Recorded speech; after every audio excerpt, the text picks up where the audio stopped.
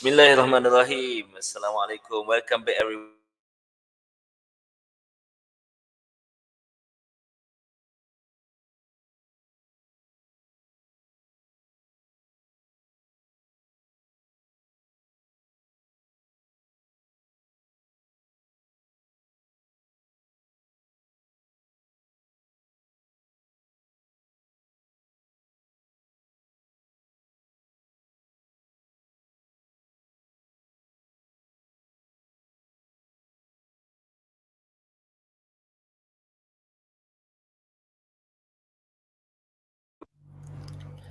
Welcome back everyone to our channel.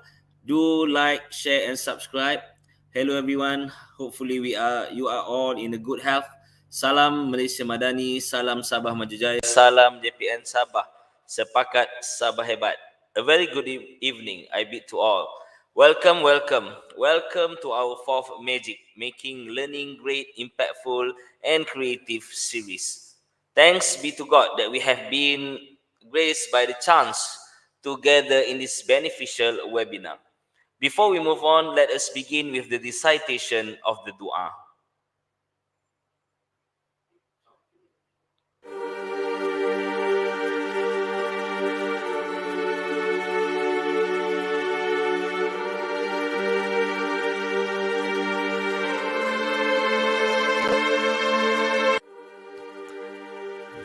Bismillahirrahmanirrahim. Ya Allah, Ya Rahim.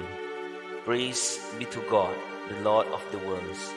Peace and blessings be upon our Prophet Muhammad sallallahu alaihi wasallam and his companions, and for those who followed his example till Judgment Day. We express our gratitude to you for allowing us to attend the Magic webinar on individual professionalism for in-service ESL teacher development on this auspicious occasion. Ya Allah, we ask you for the safety of our religion and the welfare of our body. O Allah, Lord of the implementing authority, make the days that we have gone through, starting with your mercy, continue with your blessing, and end with thy forgiveness. Make the days that we have gone through with guidance and end with victory of excellence. Ya Allah, show us guidance and adjust our path and ways to achieve happiness and glory. Let us listen to people who like good things. Let us avoid doing the bad and evil things. O Allah, bless our life in this meeting and gathering and prevent us from harm and unfortunate event. ربنا آتنا في الدنيا حسنة وفي الآخرة حسنة وقنا عذاب النار وصلى الله على سيدنا محمد وعلى آله وصحبه وبارك وسلم والحمد لله رب العالمين.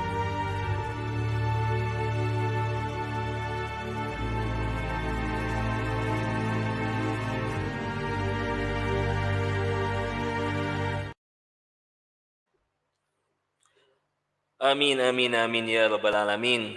Firstly, I would like to welcome Dr. Fatiha Binti Senom, Senior Lecturer, Faculty of Education, University Malaya, our speaker for today. Mr. Moses Veda P. Michael, a teacher from SK Kironggu, Telupet Tongot, as our moderator. Representatives from Sabah Education Department, representatives from District Education Office, English head panels, English teachers, ladies and gentlemen. Before we start, I would like to present to you what magic is all about. Focus to the screen and behold, it's magic time.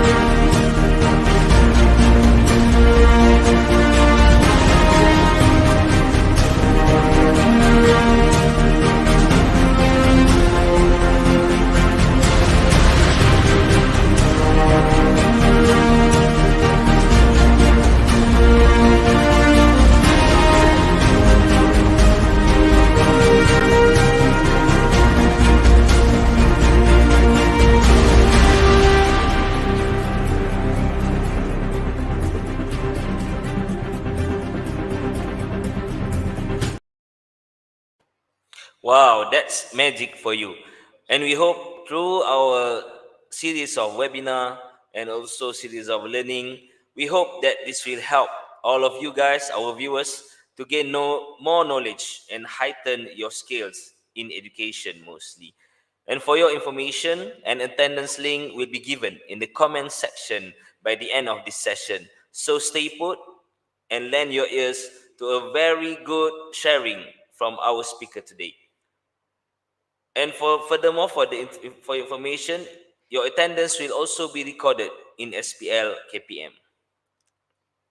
Before we begin our workshop, I would like to give the floor to our moderator for today, Mr. Moses Veda P. Michael, a teacher from SK Kironggu, Telupet, Tongot. The floor is yours, Mr. Moses. Okay, thank you, Mr. Sodik, for the introduction. Okay, ladies and gentlemen, esteemed guests and valued participants, good evening to each and every one of you. It is my distinct pleasure and honor to be part of Magic Series program, and I'm delighted to serve as your moderator for this webinar. So for the next 2 hours, we will embark on a journey of knowledge sharing and meaningful discussion. So we will be looking at the magic that Dr. Fatiha Senom has for us.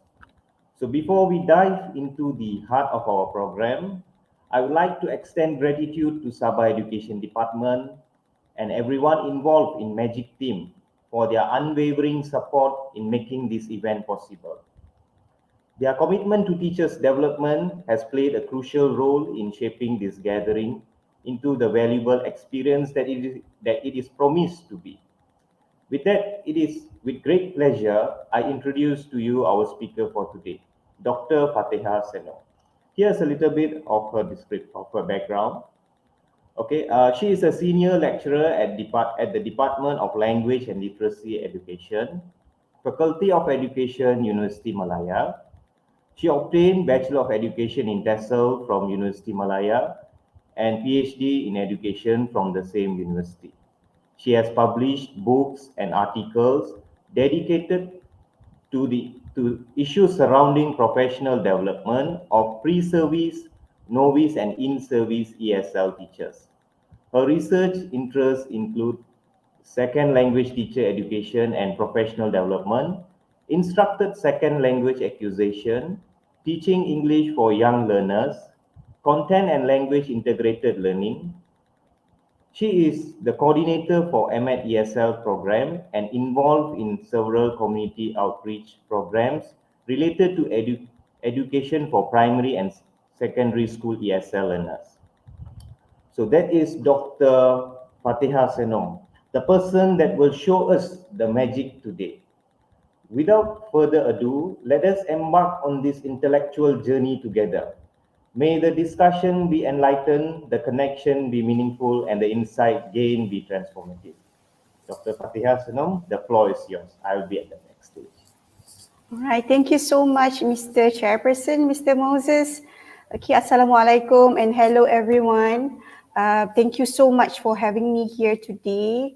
I'm not so sure whether I'll be, showing you the magic like I claim, but I will try to. And I would like to extend my deepest gratitude to Sabah Education Department for this valuable platform for knowledge sharing. And also special thanks to representatives from Sabah learning sector, learning sector Sabah, as well as representative from Sabah Language SISC Plus. And also to my TESOL brother, Mr. Muhammad Sadiq Norazmi, thank you so much for this invitation. And not to mention, and not to forget my dearest participants of this webinar, ESL teachers from Sabah, and also my Hebat ESL students from University Malaya.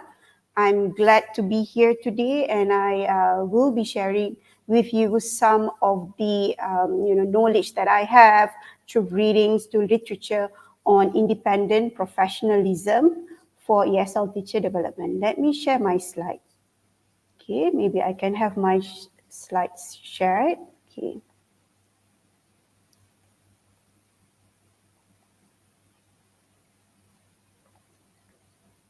So today we are going to talk about independent professionalism for in-service ESL teacher development. So I'm going to talk a bit about the theoretical foundation of independent professionalism. And then after that, I'm going to discuss some practical implication or practical activities that teachers can do in classroom to engage in independent professionalism.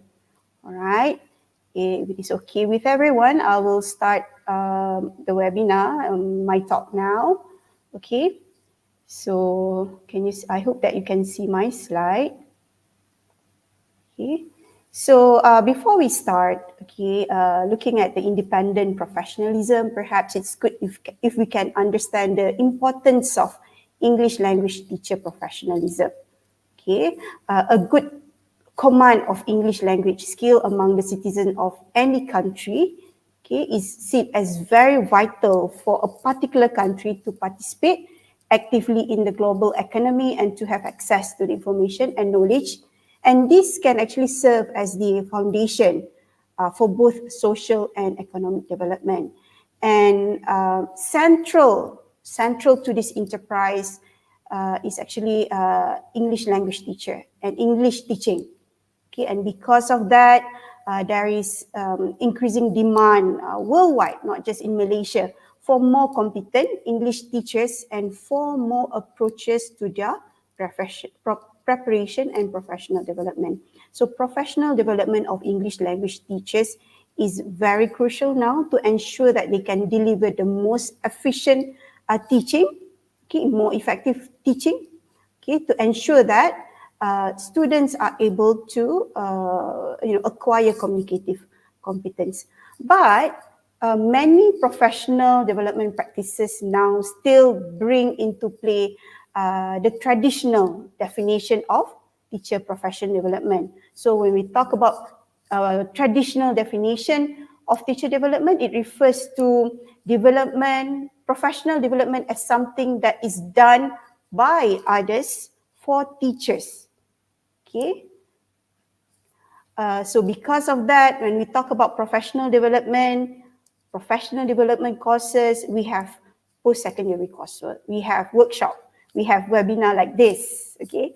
And then, like other courses that subscribe to the traditional definition of professional development. It is something that others do for teachers so that they can develop professionally.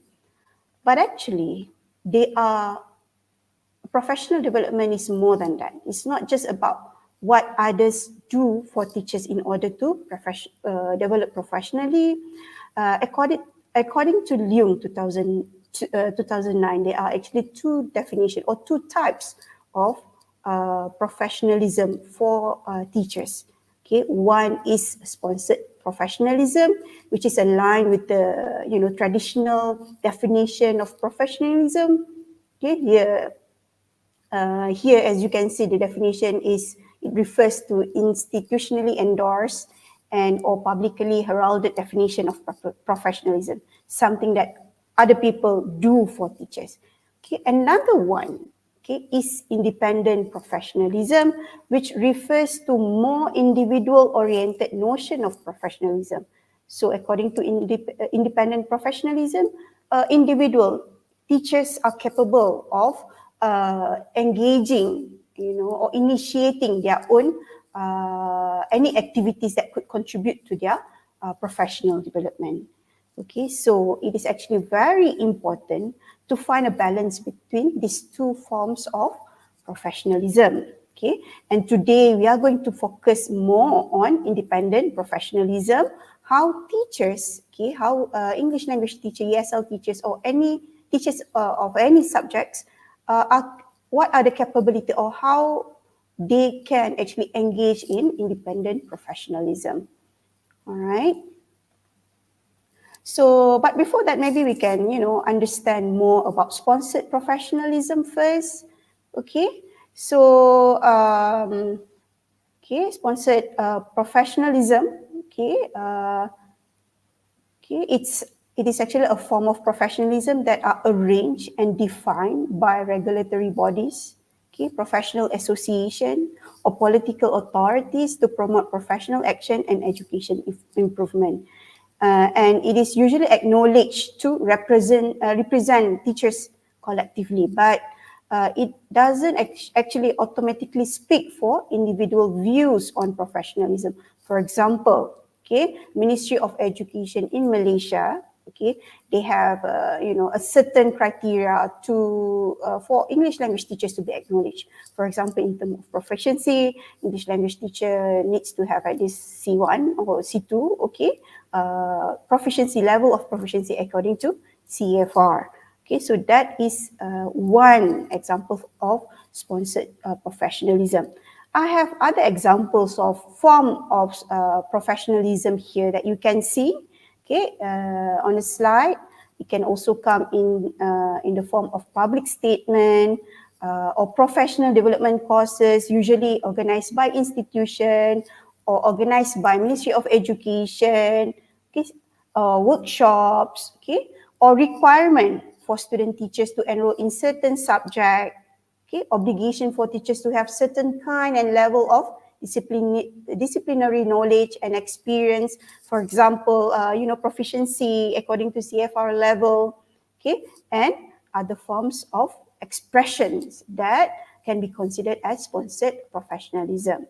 Okay, but of course, different context has a different, definition of sponsored professionalism. So just because in Malaysia we have a certain requirement for English language teachers to have in order for them to be able to teach, English in ESL classroom in Malaysia, doesn't mean that other countries adopt the same definition of professionalism.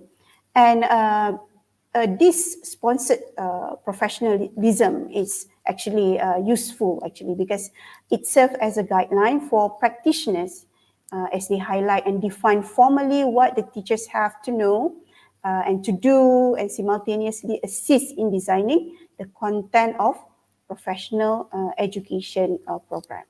So that is about sponsored professionalism. It is very, I mean, we are very familiar on the formats or the forms of sponsored professionalism. So what we are trying to promote here today, okay, what we are going to learn more about today is independent professionalism. Okay, independent professionalism usually encourage practitioners or teachers to make inquisitive and critical analysis on mandated requirement, okay, and to consider the emerging development in the world into their professional practice through engagement in reflexive examination of their own beliefs and action and compare it with the handed down requirement. Okay, it also involves a careful and critical examination of the assumption and practices embedded in sponsored professionalism by juxtaposing it with discipline-based knowledge and also wider social values, and to make appropriate change and action for improvement. And also this process will actually eventually requires teachers to make conscious personal choice, that is to either to comply with the handed down requirement or to question their educational or pedagogy or social validity. So they don't merely follow whatever subscribed to them or prescribed to them. Okay, so as compared to sponsored professionalism, independent professionalism encourages teachers to engage in more authentic and individual-oriented professional development, and it is also known as the source of self and collective renewal.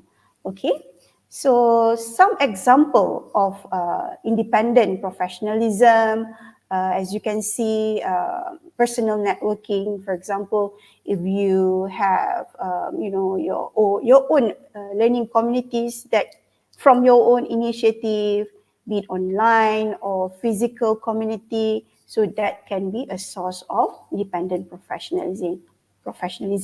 Another one is learning investment. So learning investment here refers to self-initiated participation, okay, in order to develop professionally. It could be in terms of advancing pedagogical knowledge or enhancing proficiency. Okay, so independent learning, independent reading, library research, resources development. So these are some of the learning investment that can be identified as one of the form of independent professionalism. And we also have critical friends. Okay, for example, in school, within the members of English panels, for example.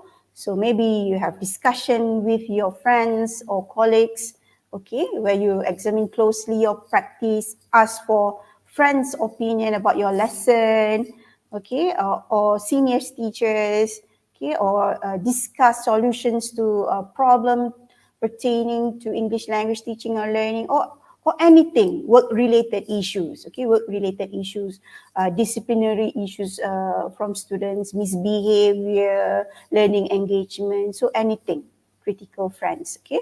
Another one is reflective practice. And reflective practice is actually the activity or the form of independent professionalism that is very versatile. Okay, it's just a practice, but you can actually have reflective practice within several or many activities to ensure teachers' professional development. Okay, so now I would like to focus more on reflective practice. Okay, so reflective practice is one of the form of independent professionalism. Okay, but maybe we can talk about the definition of reflective practice, or talk about the theoretical part of reflective practice first before we go into the practical part. how we put reflective practice into practice. Okay, we'll go to that later. So let's look at the definition of reflective practice here. So as you can see on the slide, reflective practice is learning through and from experience towards gaining new insights and insights of self and practice. Okay, this is by Finlay. And then reflective practice is also a systematic reviewing process, okay, for all teachers, okay, which allows teachers to make link from one experience to the next to make sure that students make maximum progress. Okay, and reflection is also a basic part of teaching and learning. It usually aims to make teachers more aware of their own professional knowledge, okay, as well as action, okay, by challenging assumptions of everyday practice and critically evaluating practitioners' own response to practice situations, okay. And of course, the reflective process encourages teachers to work with others, okay, because you can share best practices and you can draw on others for support. So because of that, reflection makes sure all students learn more effectively, as learning can be tailored to them because you engage in reflective practice. So as you can see, the figure, the diagram on the slide there, okay, this is the process of reflection. It's in a form of cycle, okay, which needs to be repeated. In a lot of models of reflective practice, usually it's in the form of cycle. Okay, teach, self-assess, especially on the effect of your teaching on students' learning, and then you consider new ways, okay, of teaching which can improve the quality of learning, and then ultimately you try the new ideas from your consideration stage, okay, into new practice, and then you repeat the process. Okay, so that's the definition of reflective practice. Okay, let's look at the benefits of reflective practice. Okay, of course, reflective practice is it has a lot of benefits. In fact, in one of the research, okay, the practice that distinguish between an excellent teacher, expert teacher, okay, from merely experienced teacher. So for example, there are two teachers here, okay, teacher A and teacher B. Teacher A has 20 years of experience, teacher B has 20 years of experience. But teacher A is identified as an excellent teacher or expert teacher, okay, but teacher B is identified as experienced teacher. Okay, there's a difference between the two. Okay, usually the practice that distinguish between the two is the engagement in reflective practice. The engagement of reflective practice usually allows teachers, in this case teacher A, to be an expert in her or his field and to be identified as an expert teacher. Okay, so that is one of the benefits of reflective practice that highlights the importance of reflective practice. Okay, but of course there are a lot benefits, okay, that we can actually gain by engaging in reflective practice. Okay, for example, here, okay, reflective practice helps create confident teacher. Okay, because reflective practice will develop. Okay, they have the ability to develop how you understand your students. Okay, how you understand your students, how they learn, and the best way to actually teach them. Okay, because by reflecting on your teaching, you identify any barriers to learning that your students have, and then after that you create lessons which reteach any content which your students have not been able to access and then to allow them to overcome the challenges that they have experienced before. And through that, they develop. Okay? And being reflective also will allow teachers to have wider range of skills. Okay? Because you always trying to find new ways to teach. And this will develop your confidence in the classroom because you find the best ways to deliver your knowledge of a subject based on your own practice. And then by reflecting, you will also develop abilities to solve problems, okay, through questioning, okay, and through changing the way you deliver your lessons. You will find new solutions and you become more flexible with your teaching. And this allows you to take time to assess and to appreciate your own teaching. Okay, become more confident, and also it helps create not just confident teachers, but also confident students. Okay, because as a result of reflecting, students are challenged as you use new methods, new technique. Okay, so your reflection, for example, will encourage students to take new challenge, try new method in learning, and they develop the sense of security and their confidence in learning. They are comfortable, they are very adaptable, so they become more confident learners. Okay, and reflective practice also makes sure that you or teachers are responsible for yourself and your students. Okay.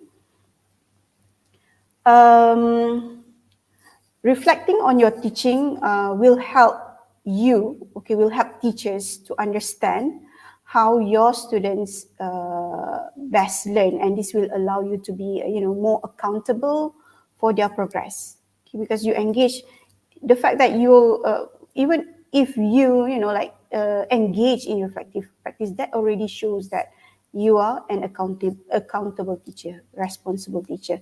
So by assessing the strengths, the weaknesses in your own teaching, you will develop an awareness, okay, of the factors that control and prevent learning.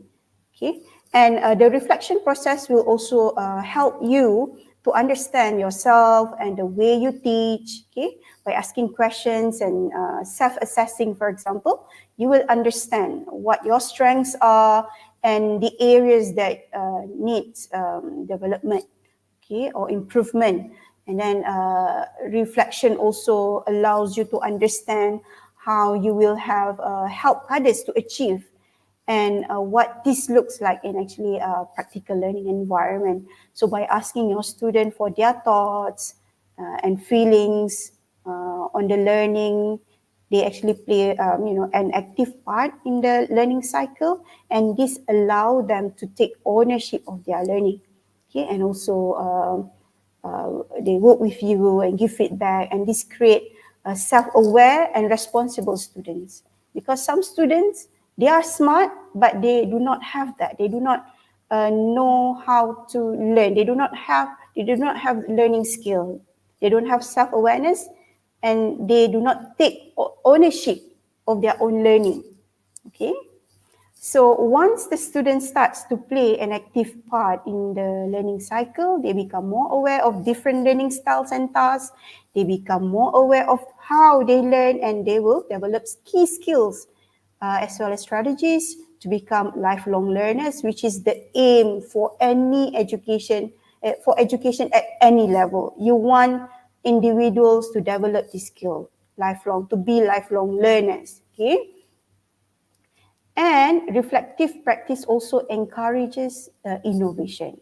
Okay, this is indisputable. Okay, reflective practice allows you to adapt lessons to suit your classes, and then after that you create and experiment with new ideas and approaches to your teaching because you want to gain maximum success.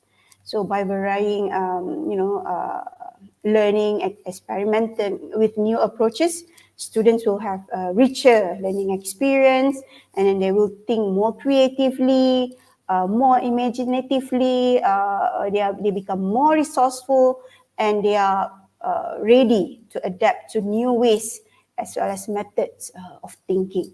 Okay. And reflective practice also encourages engagement, okay?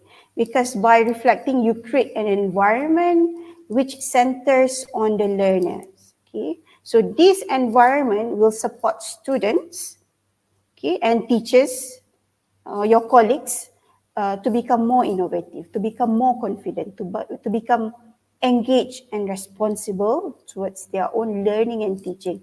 So once you start the reflective process, your quality of teaching and learning will improve. You will take account of students' various learning style and their needs, their individual needs, and you plan new lessons based on this. So here, reflection helps to focus on the learning process, so that learning outcomes and result will eventually improve as you reflect on how your learners are learning. Okay.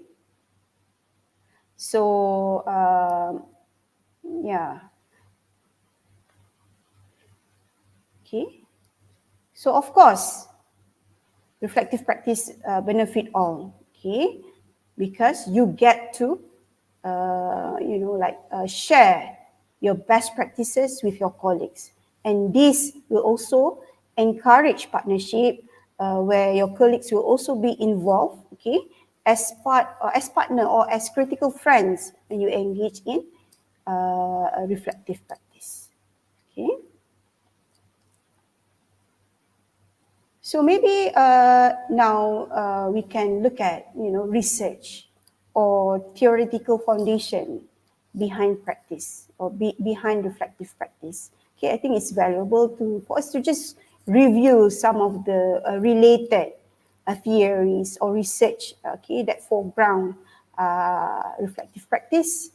Okay, so there are actually many models of reflective practice, but regardless the model, the aim is usually one, that is to get the best result from learning for both students and teacher, not just student learning but also teacher learning. Because when you engage in reflective practice, you are actually playing an active part in your own learning, teacher learning.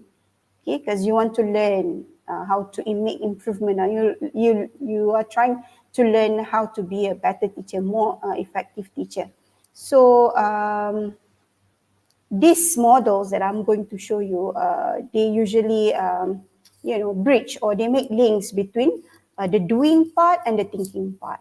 Okay, so today I'm going to share 3 models that foreground reflective practice. Okay, one is called COP learning cycle. Okay, I'm sure some of you are familiar with COP. Okay, all right. So he developed a 4-stage reflective model. Okay, so he highlights reflective practice actually as a tool to gain conclusions and ideas from an experience. Okay, teaching experience. Okay, so the aim, according to COP, is to take learning, okay, into new experiences and eventually completing this cycle. Okay, this is in a format of cyclical. Okay, so so as you can see, there are 4 stages in this cycle. Okay, first, concrete experience, doing, having the experience. Okay, first practitioners have a concrete experience. So this refers to practitioners or teachers experiencing something new for the first time in the classroom, and this experience should be an active one. Okay, and used to test out. Okay, this is to be used to test out new ideas and teaching methods. Okay, and then this is followed by the second stage, reflective observation. Okay, so observation of the concrete experience here, okay, refers to reflecting on the experience, concrete experience here. So here, teachers should consider the strengths of the experience, okay, and areas of development. Okay, teachers need to form an understanding of what helps students learning and what hindered them. Okay, and this will lead to abstract conceptualization. Okay, so here the formation of abstract concepts. Okay, so the teacher needs to make sense of what has happened, okay, before. Okay, they have observed before. Okay, and then they should do this through making links between what they have done, what they already know, and what they need to learn. Okay, teachers here should draw on ideas. Okay, maybe from research, okay, or maybe they can refer to senior teachers or textbook or toolkit, okay, to help support development and understanding. And like I said just now, they could also draw on support from other colleagues, okay, and their previous knowledge. So here teachers should modify their ideas or devise new approaches based on what they have learned from their observation and wider research, okay. So next is active experimentation. Okay, so after they have like found not solution but alternatives or suggestions on improvement, they can engage in active experimentation. Okay, so here teacher can consider how they are going to actually put what they have learned into practice.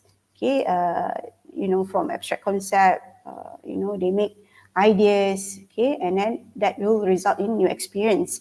Okay, the ideas from observation and conceptualization, they are made into active experimentation.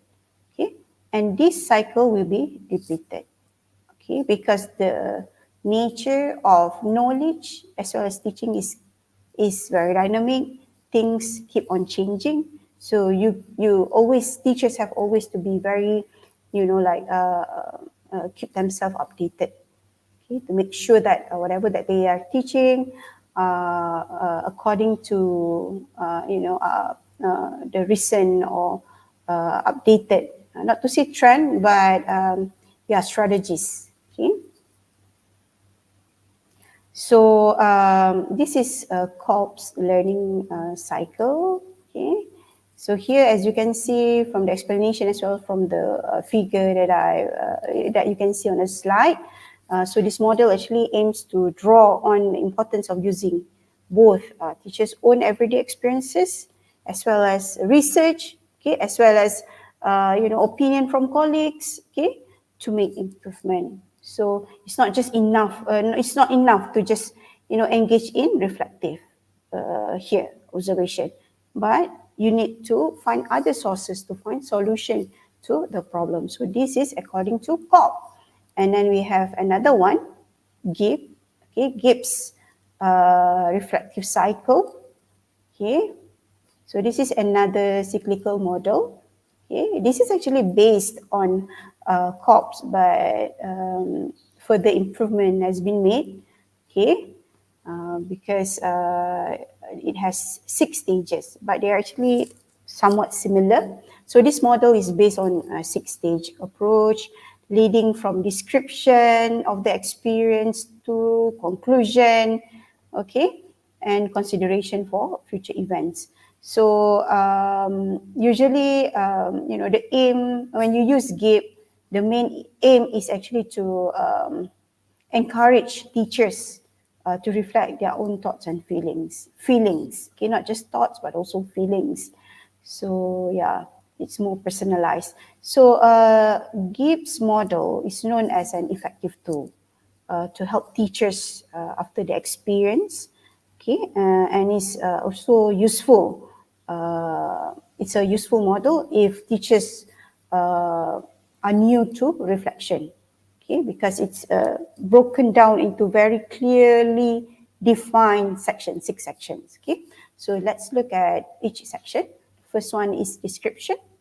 Okay, so for this section, the practitioner or the teachers should clearly outline the experiences, so or the problems here. So this needs to be a factual account of what happened in the classroom.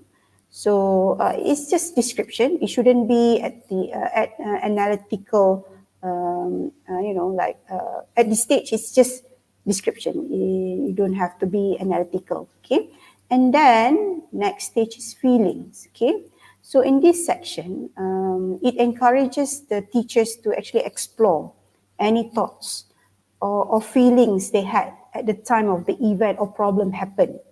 Okay, that leads to reflection. Okay, problems usually teaching and learning problem. Okay, so here teacher should explain feelings. Okay, and give examples which directly reference the teaching experience.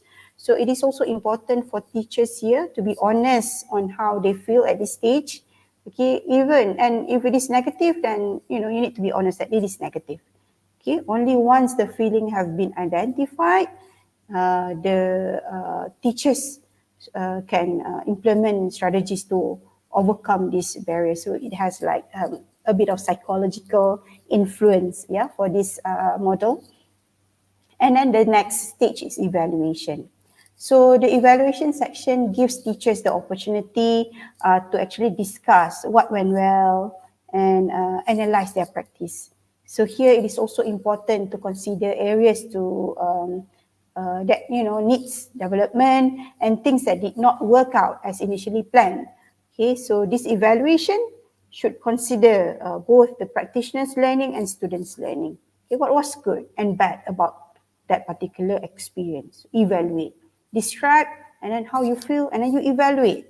Okay, and then you analyze. Okay, the analysis stage. So this stage is where teachers make sense of the experience, the why question. Okay, here's you ask yourself the why questions. They consider what might have helped the learning or hindered it. Okay, after what happened. It is in this stage that the teachers refer to any relevant reading, okay, or reference to help them make sense of the experience. You can just Google why my students find it hard to learn past tense, for example. Okay, so here for example, okay, you felt the instructions you gave were not clear, for example. Okay, so you could consult educational research by reading, or you can ask your senior teachers, okay, expert teachers, or more experienced teachers to address that. Okay, you do analyze, you ask yourself the why questions. Okay, the next stage is conclusion. So at this stage, teachers draw all the ideas together. Okay, they should now understand. Okay, they should have answered the why questions already. Okay, so they know what they need to improve, and how they already have some ideas on how to do this based on their discussion or based on their research in previous stage. Okay, after the conclusion, after you have concluded and you identified what you need to improve on, then the action plan, that is the next stage, will take place. So during this final stage, okay, the practitioner will sums up all previous elements of this cycle. They create usually a step-by-step plan for new learning experience, and they also identify what they will keep, okay, and then teachers will develop and what they will do differently. So this action plan might also outline the next steps needed to overcome any barrier. For example, enrolling on a course, or you can also observe another colleagues. Okay, so this is Gibbs reflective cycle. So in Gibbs model, okay, the first 3 sections actually more concerned with what happened, and then the final 3 sections actually try to relate to the making sense stage of the experience, and how you actually as teachers can improve the situation. Okay. And another model is by Shun. Okay, so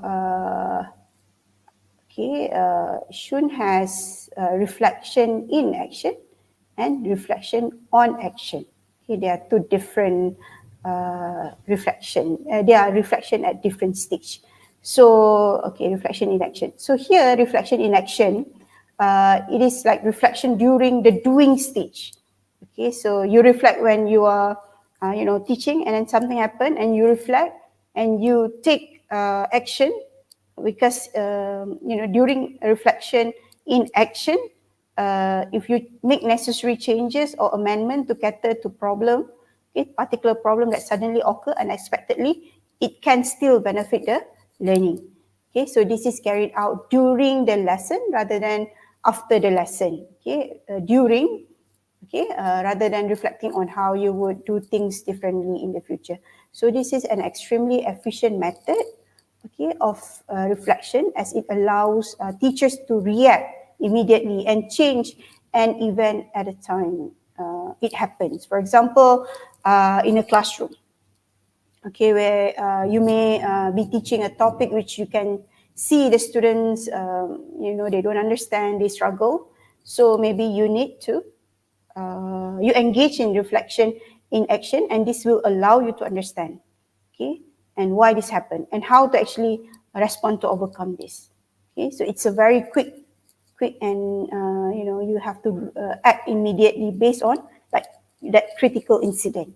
Okay, so reflection in action will allow teachers to deal with surprising incidents that may happen in a learning environment. Okay, although for some of you, especially experienced teacher, it's hard to find any surprising incident because everything is predictable, especially for experienced teacher.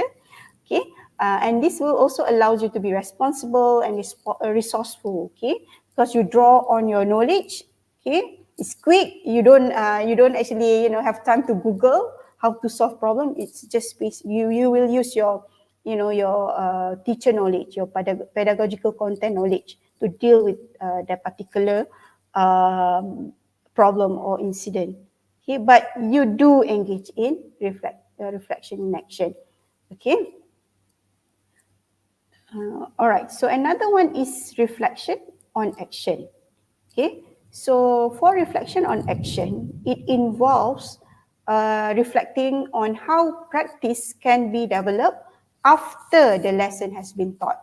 Okay. So Shun recognizes the importance of reflecting back, okay, not just in action, but also on action.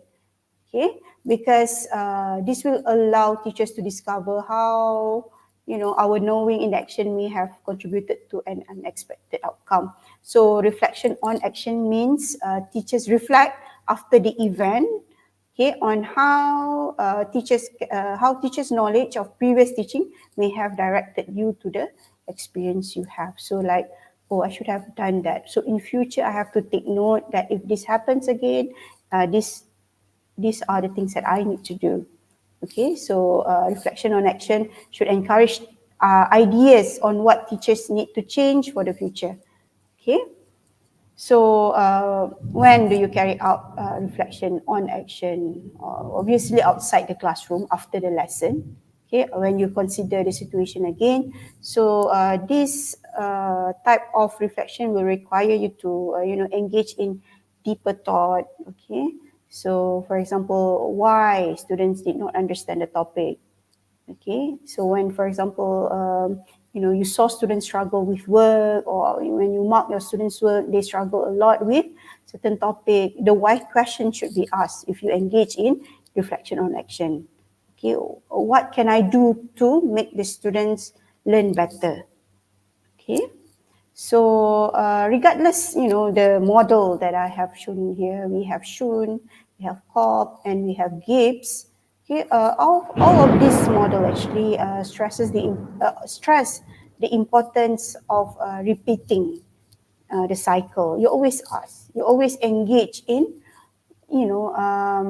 reflective practice. You reflect, okay, and you reflect so that knowledge is secure, knowledge or learning can take place, and progression is continued. Okay. So, but of course, yeah, reflective practice has a lot of or some challenges, potential challenges. I'm sure when I've presented the model just now and then benefit, some of you may be skeptical on the effectiveness of reflective practice, and some of you may question the practicality of reflective practice. Okay, so if it is okay with you, okay, maybe we can have some interaction with the participants today. Okay, hi participant, I hope you are still with me. So I'm going to give you 2 minutes. Okay, perhaps you can, you have access to chat, right, on YouTube. So you can, if you can, please share some of the potential challenges, that you think could happen if you as teachers, or if you are students, and based on your experience doing practical, when you engage in your practice. So what are the potential challenges, okay, if teachers want to engage in reflective practice? So I'm going to give you 2 minutes, okay, to write your answer on chat, and after that maybe we can go through. Okay.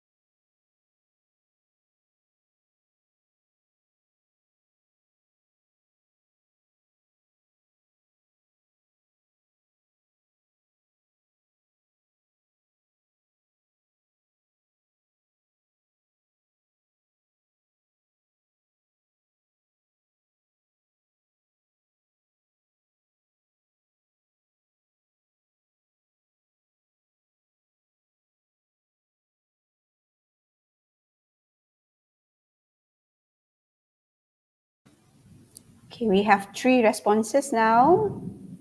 Okay, I'm sure we can think of more. Okay.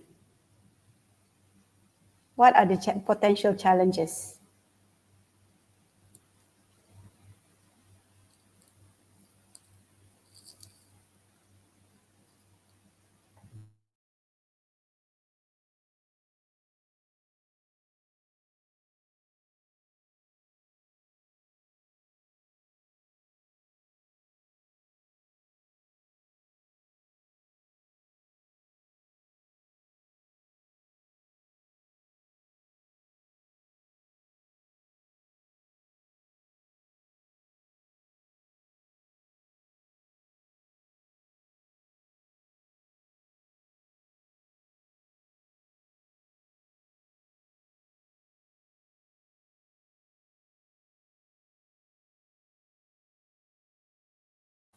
So we have 4.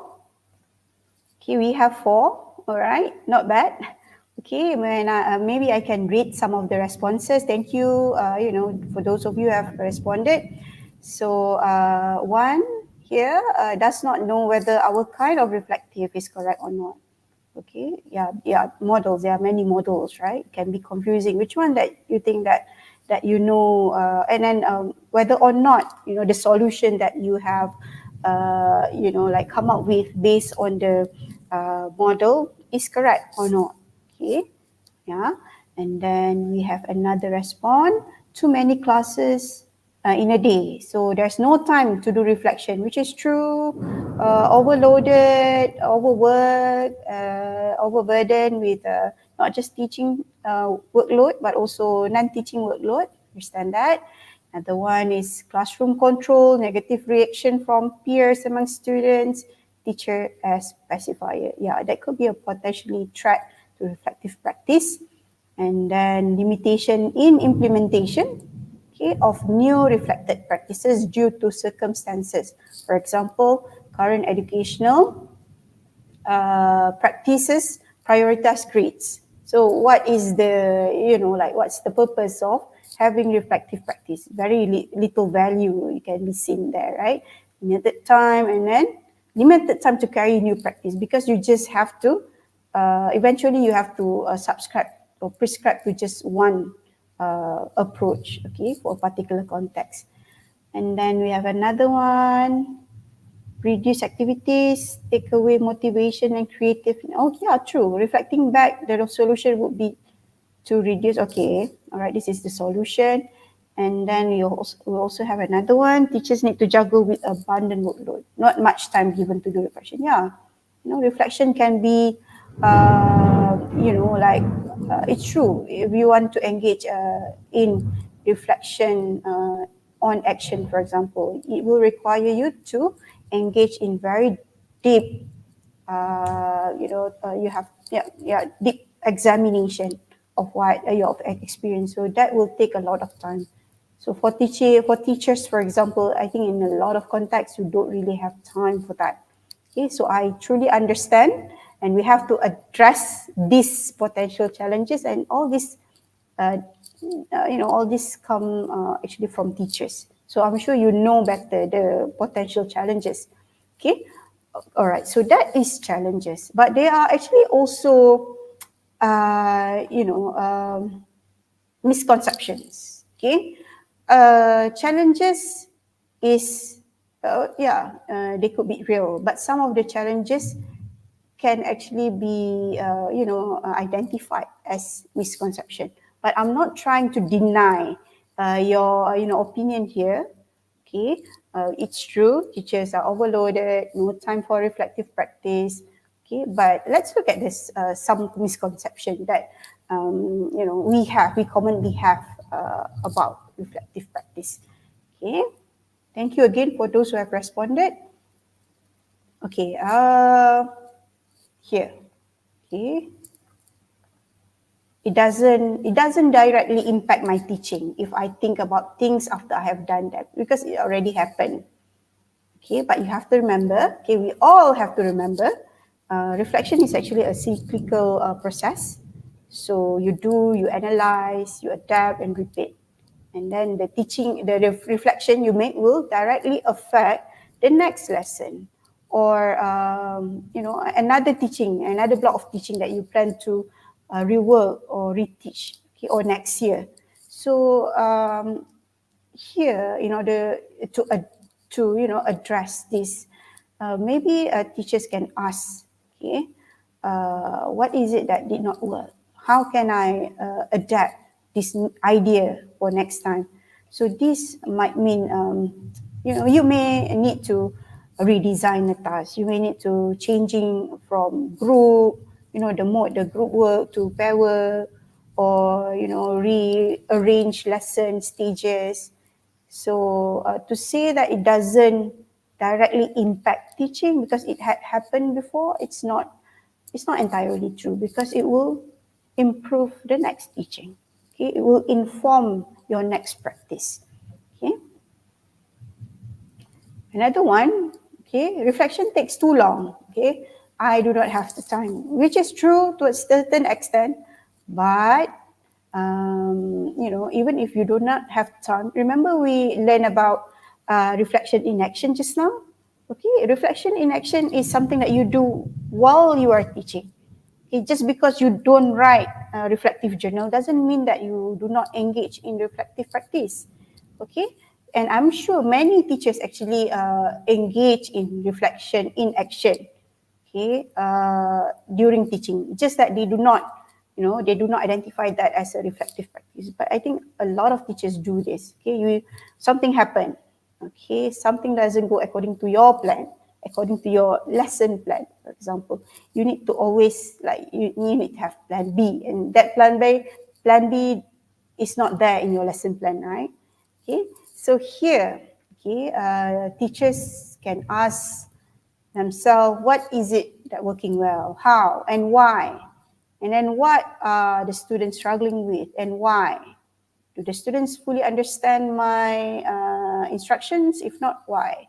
Do the students fully understand the task? If not, why? Okay, so you can also ask if students ultimately understand what success look like. Okay, for example, teaching grammar, is it important to, you know, ensure accurate grammar all the time? What about fluency? Okay, so hopefully they can express, you know, like this form of success for themselves. Okay, they understand the true value of learning. Another misconception, reflection is only focused on me. It does not directly affect my student, which is not true, because reflecting and responding to your reflection will directly affect your students as you change and adapt your teaching. So you will reteach and reassess the lesson that you have taught, and this will allow students the chance to actually gain new skill and strengthen learning. Okay, and then you can also evaluate. So it will affect your students positively. Okay, and then also another misconception: reflection is a negative process. Okay, why is it necessary to be so critical? Why so serious? Everything is going to be fine. Everything will eventually be fine. Okay, let's not engage in negative or critical thoughts. Okay, like I said just now, reflection is a cyclical process, meaning that you will grow and adapt. So teachers should plan to draw on their strengths, okay, and the best practices for themselves, for their students, you know, their practices of their own teaching. Okay, and then the last one, reflection is a solo process. So how will I know I have improved? Okay, reflection doesn't have to be a solo process. You can always ask your colleagues to actually support you with your own reflection. Okay, even in fact, it is best carried out when there's a supportive network. Okay, you can draw on the support of your colleagues. You can ask them to observe you and give feedback. Okay, you can also ask students feedback. Okay, and then this activity will ultimately trigger discussion and cooperation, and hopefully will lead to improvement of practice. Okay, although it may take several cycles. So those are some common misconceptions. All right.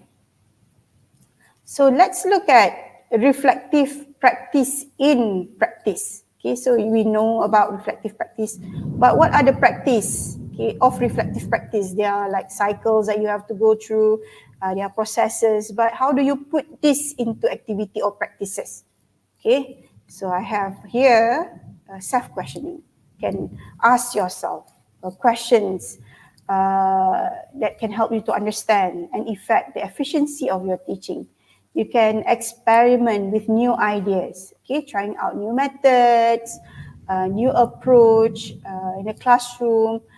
This will lead to a learning opportunity. And these changes can be as simple as, varying a small activity. Instead of have just one, you have like several different activity, or it can also be as adventurous as changing the whole approach, okay, or plan. So you feel free to experiment, okay? And then discussing with other colleagues, okay, drawing on support from other colleagues will allow you to actually get or to acquire the understanding, okay, and also to get involved with others' ideas as well as best practices. Okay. And you can also discuss with students, okay. Discussing with students is also, identified as an activity on reflective practice. Okay, so you ask your students feedback. Okay, make sure your reflection focus on your students. Okay, you ask them what are the things that you like about the lesson, what are the things that you do not like about the lesson, what else do you hope to learn from the lesson. Okay, but again, this will depend on the students' maturity. Okay, and also observation and feedback. Okay, although I think teachers generally they do not really favor being observed. Okay, but being observed by colleagues actually allow teachers to gain others' perspective into your own practice. Okay, and provide feedback and ideas on how to improve. So if you ask your friends or your mentor or your senior teachers, expert teacher to evaluate you or to observe you, it's not an assessment. It's more like on discussion. Make sure that both of you are clear about that. Okay, because if you are, being assessed, being evaluated, then it's going to be you set different kind of vibes on the observation process. Okay, so these are some of the practices, okay, that teachers can engage if they want to practice reflective practice. Okay, I also have some reflective principles, the checklist here, okay, just to make sure that, I have a checklist. This checklist has some questions. Okay, first of all, it has 6 stages, okay, and each stage has their own questions, its own question that can serve as guideline when you want to engage in reflective practice. Okay, one is reacting, and then recording, reviewing, revising, reworking, and reassessing. So we have 6R here altogether. So let's look at one stage by one stage. Okay, so reacting. Okay, so reacting here, you can ask question. Okay, the first stage. Okay, how will I decide what area of my practice I need to focus on? Okay, which one that I need improvement? Okay, so okay, here how do you decide here? Maybe you can look at learners' performance. Okay, which aspect of language skills or topic that they are struggling with. Okay, and then recording. Okay, how will I assess my performance? So will this take the form of an observation or discussion or shared planning? Okay, and then next, how will I record this? Okay, will this be recorded by yourself, or do you want other students or other peer to record? How will I log this reflection? Okay, what document will you use to record your reflection? For example, a journal or notebook, or a form. Like for example, I think certain school or certain state, they have their own reflective forms that teachers need to use if they want to engage in reflective practice. Okay, and then when will I log this? Okay, will your reflection be logged straight after the lesson, during, or before the lesson? Okay, but articulating your thoughts into and putting it into writing is not easy. It's time consuming. Okay, but writing your reflection is just one of the ways. If you want to record, you can also take like videos, you take photos, you can also have like Instagram posts that really reflect your teaching. Okay, and then next, reviewing. Under reviewing, you have several questions as well. what worked well and how do I know this, okay? So here you consider what the students really understood and enjoy about the lesson and why. How do you know improvements have been made, okay? And then what did not work as planned, okay? Consider what the students did not get involved or find challenging and try to find the answer to the why question, why, okay? What could I try next time? How could I adapt the activity? Okay, here you need to come up with some practical ideas. Maybe you want to introduce different tasks, clearer instructions, okay, or more time allocated, or activities that is more appealing to different learning styles. Okay. Next, we have revising. So here you adapt your teaching to by trying new strategies. Okay, what will I change or adapt? So this could be a whole task or something specific about a task. Okay, or practical ideas like independent to pair work, or from pair work to group work, more scaffolding for challenging tasks, more differentiation, better differentiation, clearer instruction. Okay. And then next, reworking. So the questions that you can ask here, okay, when you do this checklist of reflective practice, you can ask, how will I put this in place? Okay, here you consider what will you need to do before and during the lesson, okay, to make sure your changes happen. And what will the students be doing differently to make sure they progress?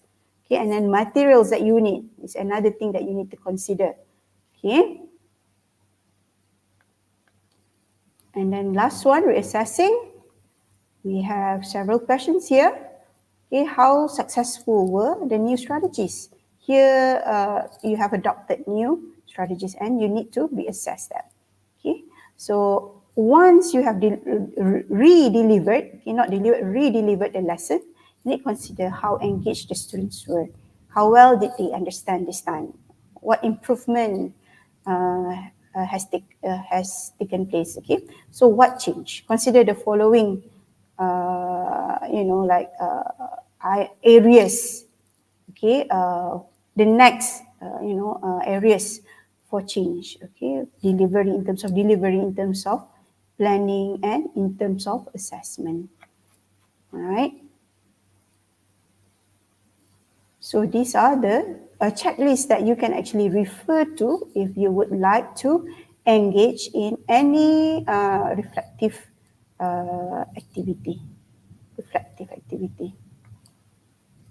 Okay, so we have learned about checklists and we have revisit, the theories that you may have heard before, and also we are aware of the some of the, reflective activities just now that I've mentioned. Okay, now I would like to just highlight again on other activities, okay, that you can actually adapt, okay, in order to engage in reflective activity. One is, as you can see on the slide, is learning journal. Okay, this is like how you document it, okay, the activity and how you document your reflective practice. Learning journal, okay, it's a collection of notes, observations, thoughts, and other relevant materials built up over a period of time and recorded together.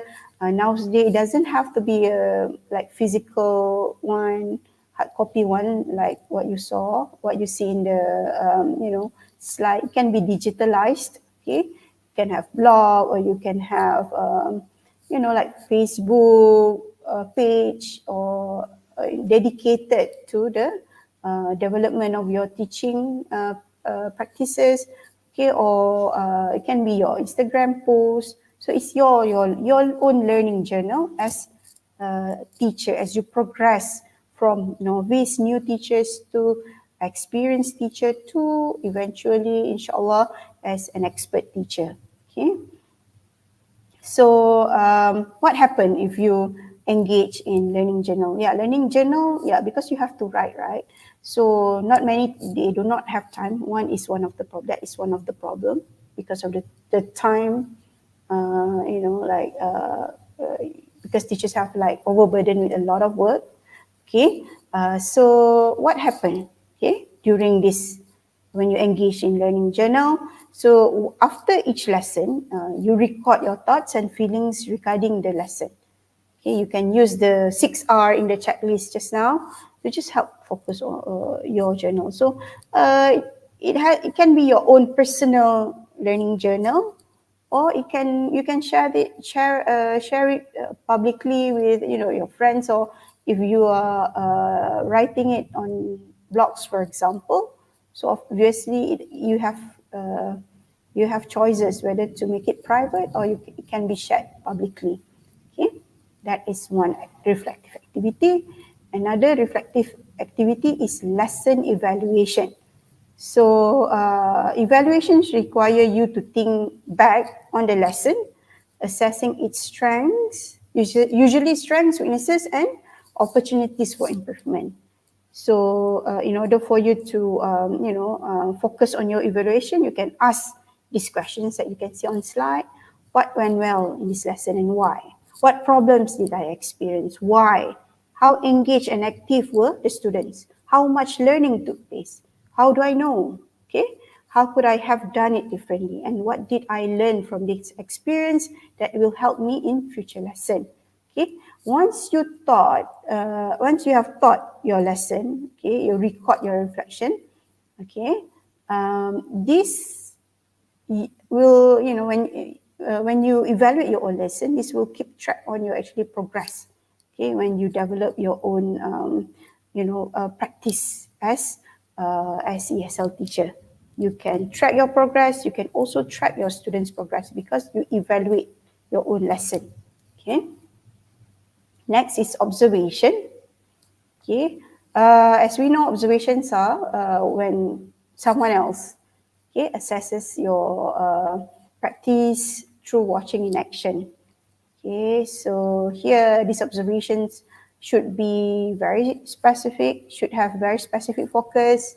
Okay, for example, the quality of questioning and the quality of content, quality of students-led activities.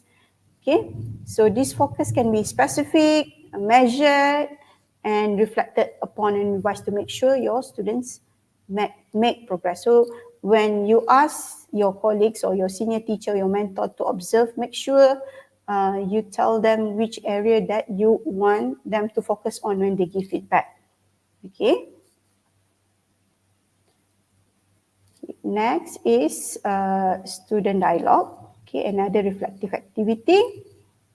Okay, this is where you make sure that students play an active part in their learning. Okay, you can ask them to carry out short reflection on how well they felt during the lesson. Okay, and then to assess their, let them assess the strengths as well as the weaknesses of the lesson and maybe possible ideas for development. So if you want to make it simple for primary learners, you can just ask them, what do they like about the lesson? What are the things that they did not like, okay, about the lesson? Okay.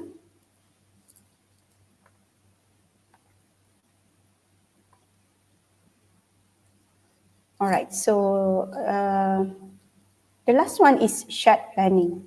Okay. So shared planning, okay, is where you draw on your support from your colleagues to plan lesson together. Okay, you draw on each other's best practice to help create innovative and improve lessons. Okay, not just competition, but like help each other. So shared planning can take many forms. You can plan a lesson with another colleague together from start to finish, or you can use a lesson your colleague has produced and adapt to your to ensure stability to your style and class. Or you can also plan a lesson and ask another colleague to review it. Okay, so here the shared planning process will encourage discussion, okay, and cooperation within your your colleagues, your community, your small community English language panels, for example, in your school. So you need their support, you will learn from one another, and this will develop practice, okay, and also share ideas, right? So those are some of the activities, reflective activities that you can engage in. So I have shared with you the theoretical foundations, I've shared with you the principles of reflective practice, and I've given some suggestions on activities that you engage in, and we also have addressed some of the potential threat or challenges that teachers could encounter if they want to engage in reflective activity. So I guess that's all from me. Maybe we can proceed with Q&A sessions. So if you have questions regarding reflective practice, what we have covered today, so you can have your questions. You can write your questions or comments in the comment section on YouTube, right?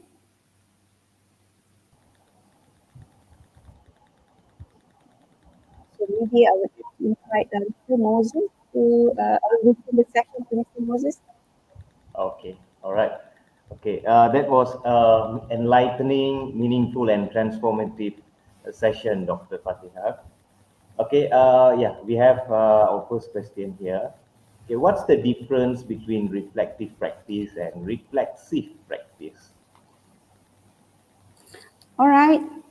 Okay, that's an interesting question that you have. Okay, so reflective practice usually we have discussed about reflective practice. Reflexive practice usually involve more on the theoretical part. So you refer to the theories published, okay, and make sure you take necessary action to make improvement. So based on my readings, people argue that reflexive practice is deeper because you refer to literature, you refer to existing research in order for you to come up with your like solutions. Okay, but for teachers, they are actually capable of theorizing their own knowledge. Okay, because they have a lot of experience. Actually, teachers' theory are richer. Okay, teachers' theories are richer because they experienced, it from their own teaching compared to research. Because for research, they conduct very systematic method, and like it's like a third person trying to solve, find problems, to find solutions to a particular problem. So reflexive practice is like engaging or bridging the theoretical part in addressing the problem that you face in classroom, whereas reflective practice is sufficient by referring to, based on your reading, based on your experience, or consulting with your colleagues, okay, on a particular problem. Thank you so much, Mus. I hope I have, answered your question. Okay, yeah, here we have the second question. In my opinion, the ability to accurately recall a lesson sometime afterwards is limited. So it is challenging for teachers to reflect on their practice and make necessary adjustments. This is from Farina. Yeah, that's true, Farina. Accurately recall a lesson sometime. So because you have another lesson right away, right? After that particular lesson, there's no way you can, okay, this is a problem. So you immediately write down a bit and then go back to your students. It's impossible, right? So how do we address this? Okay. It's challenging. No doubt it is challenging. Okay. But I think if it is if you are being, responsive to the challenges that learners are experiencing, it will stay. If it is a critical incident and you are a responsive kind of teacher, it will stay, you will remember. Because although, like those things, problems that are not so critical, maybe you'll forget. But those critical incident or critical problems that you feel, okay, why is this happening? You will remember, and later, okay, it will cross again to your mind, but whether or not you have time to address it, that's another story. So yeah, I truly understand, okay, your concern. It's legit, that happened, but if you are responsive, okay, responsive teacher, and if it's something critical that needs to be addressed, you will be addressing it through your reflective practice. All right. Thank you, Doctor. Okay, then we have another question from Moose. Time-consuming, tedious work, complex to practice. I think. Yeah, true. Yeah, we have discussed this before. In fact, like I feel that because if teachers are not given the opportunity to engage in reflective practice, um, it's very difficult. They do not grow, they do not grow based on it's such a, so they have the experience, rich experiences, okay, and they have encountered a lot of things, okay, and those things can actually contribute to their learning, but because teachers do not have time to engage in reflective practice, they are overburdened with work, okay, they do not grow, okay, some of them do not grow from the experiences, challenges that they actually face. So I agree with you. So in fact, I feel that the workload for teachers should be reduced so that they can engage more in reflective practice, so that they can learn from their experience. They can theorize their experience, because like I said before, teachers' theories are richer than theory published in journals. Thank you, Mos, for highlighting that concern. Okay, thank you, Doctor, for answering the questions. And I think we don't have any more comments, question in the comment section.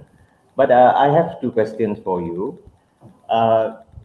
Okay, from your experience, what is the main hindrance among in-service ESL teachers to practice independent professionalism? You have asked this question just now and they have responded in the comment box.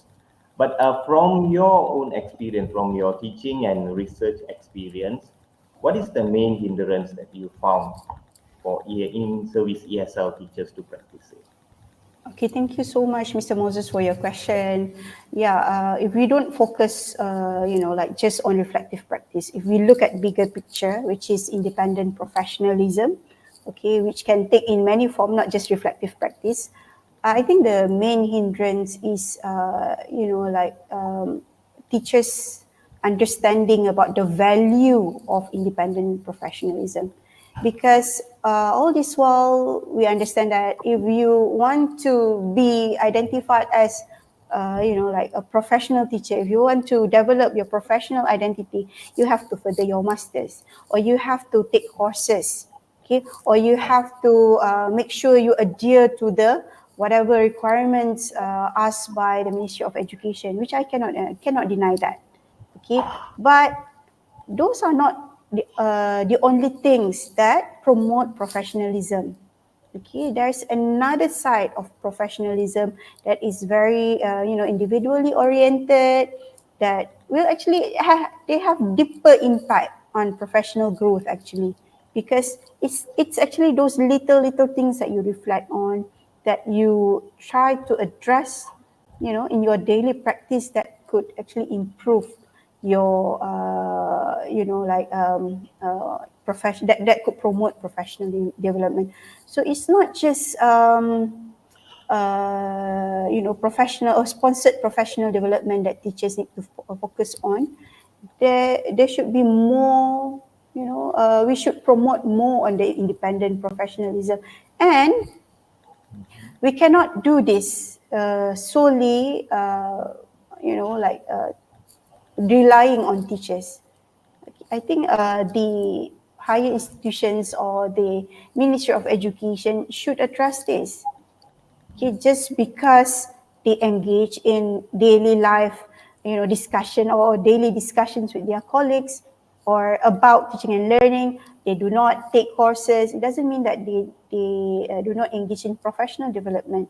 Because sometimes those conversations with friends about the problems that they face could be richer in improving their practice rather than attending courses provided by institutions, but it doesn't cater to their actual needs.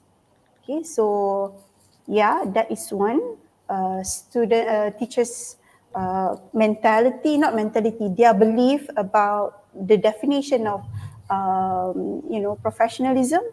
Another one is support that, recognize independent professionalism as a legit and effective way to professionally to support teachers for professional development. Okay. Yeah, thank you, Doctor. That definitely answered the question. And I have a second question here, another question. Okay, I believe most of our viewers here today, we have young, new teachers. Okay. Okay. So what advice would you give to ESL teachers who are just starting to incorporate reflective practice into their routine? Right. Thank you again for your question, Mr. Moses. Yeah, I feel that, for novice teachers, the first few years of experience, especially the first year of teaching experience, can be very daunting because they are like, in the literature, they call it reality shock, because when you are in university, you went for practicum or you went for simulated teaching, and during simulated teaching, it was ideal, the students, they are your friends, right? They were your friends, and they cooperate, but when they are placed in real classroom, they will experience reality shock in many forms, okay?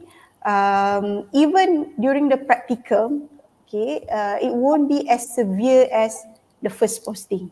Because in practicum, like for we usually send our students for practicum in the university nearby, in KL and PJ. Usually they get good students with good internet connectivity, and each classroom has like LCD. Some of the classroom they have smart board resources, everything sufficient.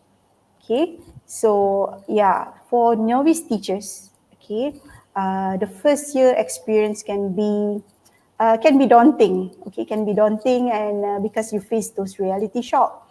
Okay, but if you look at it positively, this is actually the time for you to actually focus on your learning, because learning to be a good teacher doesn't stop once you graduated from your IPG or university, or after you have taken completed your DPP.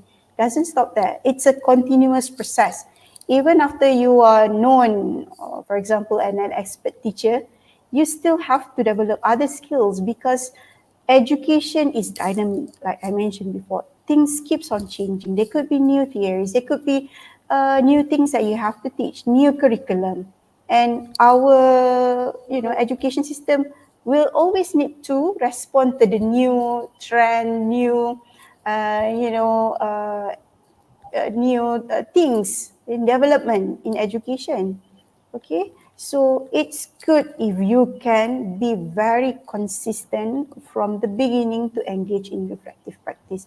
Maybe if you find it very difficult, to find time, okay, maybe you just spend 15 minutes to think thoroughly, to just look at what you have done today, to think about what you have done today and write down your thoughts. If you don't like to write down your thoughts, maybe you can, have it digitalized. Or if you are a very extroverted person who likes to share everything on your social media, yeah, you can do so, but make sure you follow the ethics, yeah, not to, post your students' face and all.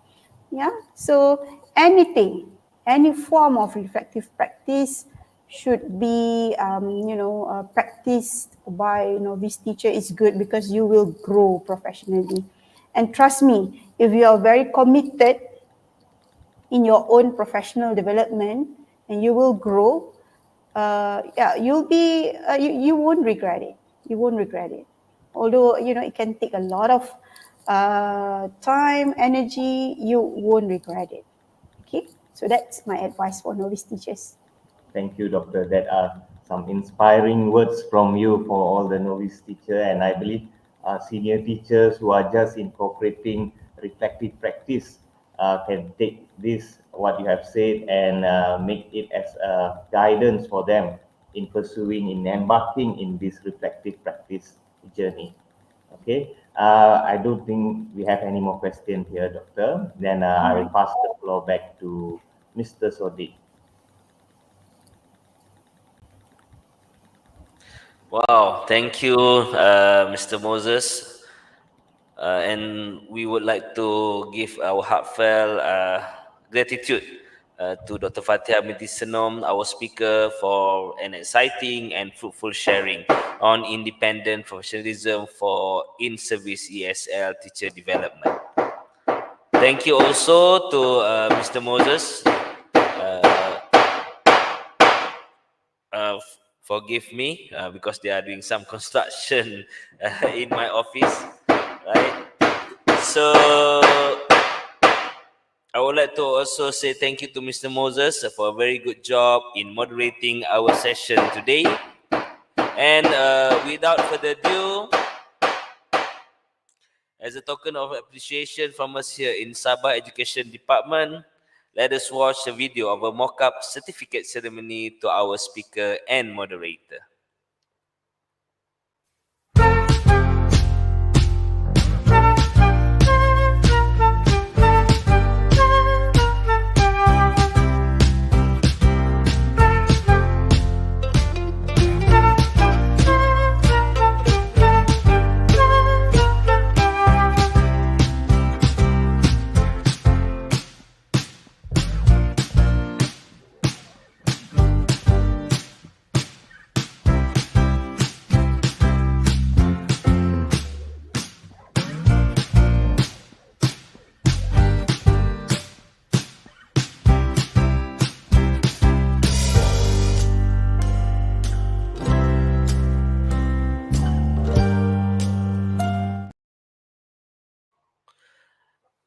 So, before we end our session, I would like to ask all of our viewers, don't forget to fill in the attendance link that have been posted in the comments section. Kindly fill in the feedback form that we posted in the comment section too. Take your time, do some reflective practices on your session with us today. We need your feedback as it would help us in organizing a much more teacher-centered workshop or webinar or program that might help you in your professional development. With that, we have come to the end of our workshop.